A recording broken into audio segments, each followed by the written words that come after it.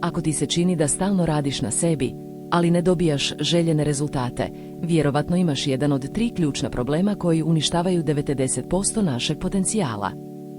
Na kraju ću ti pokazati kako prepoznati i riješiti te probleme.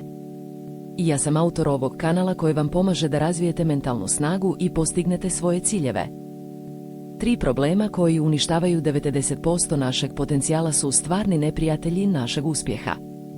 Oni su toliko ukorijenjeni u našim navikama i mišljenju da ih često ne primjećujemo, a ipak, oni nam otežavaju put ka uspjehu.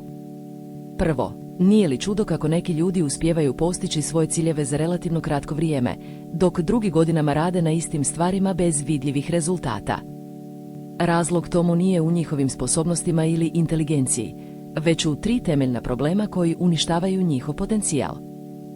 Prvo, nije riječ o tome koliko smo zauzeti ili koliko smo voljni raditi, već o tome kako smo fokusirani.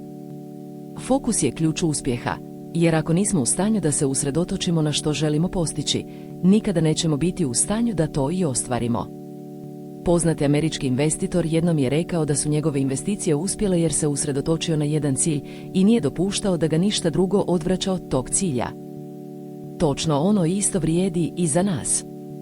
Ako smo previše zauzeti nečim što nije bitno za naš cilj, nikada nećemo biti u stanju da ga postignemo.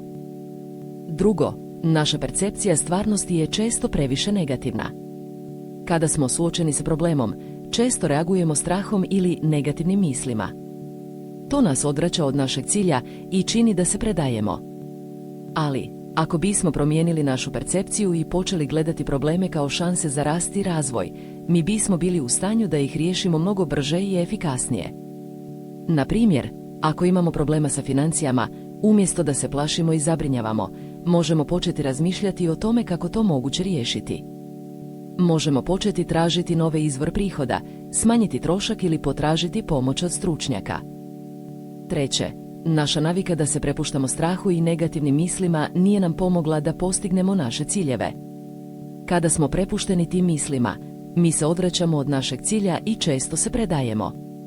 Ali, ako bismo prestali da se plašimo i počeli da vjerujemo u sebe, mi bismo bili u stanju da postignemo sve što želimo. Primjerice, ako želite da otvorite sopstveni biznis, ali vam se čini da je to previše riskantno, možete početi sa malim koracima. Možete početi sa istraživanjem tržišta, zatim kreirati biznis plan i na kraju, otpočeti sa malim investicijama. U svim ovim slučajevima, rješenje nije teško ili komplicirano. Potrebno je samo da promijenimo našu percepciju i počnemo da razmišljamo pozitivno. Potrebno je da se usredotočimo na naše ciljeve i da ne dopustimo da nas ništa odvraća od njih. Potrebno je da vjerujemo u sebe i da ne dopustimo da nas strah i negativne misli odvraćaju od našeg cilja. Kada shvatite ove 3 stvari koje uništavaju 90% naše potencijala, vi ćete biti u stanju da ih riješite i da postignete sve što želite.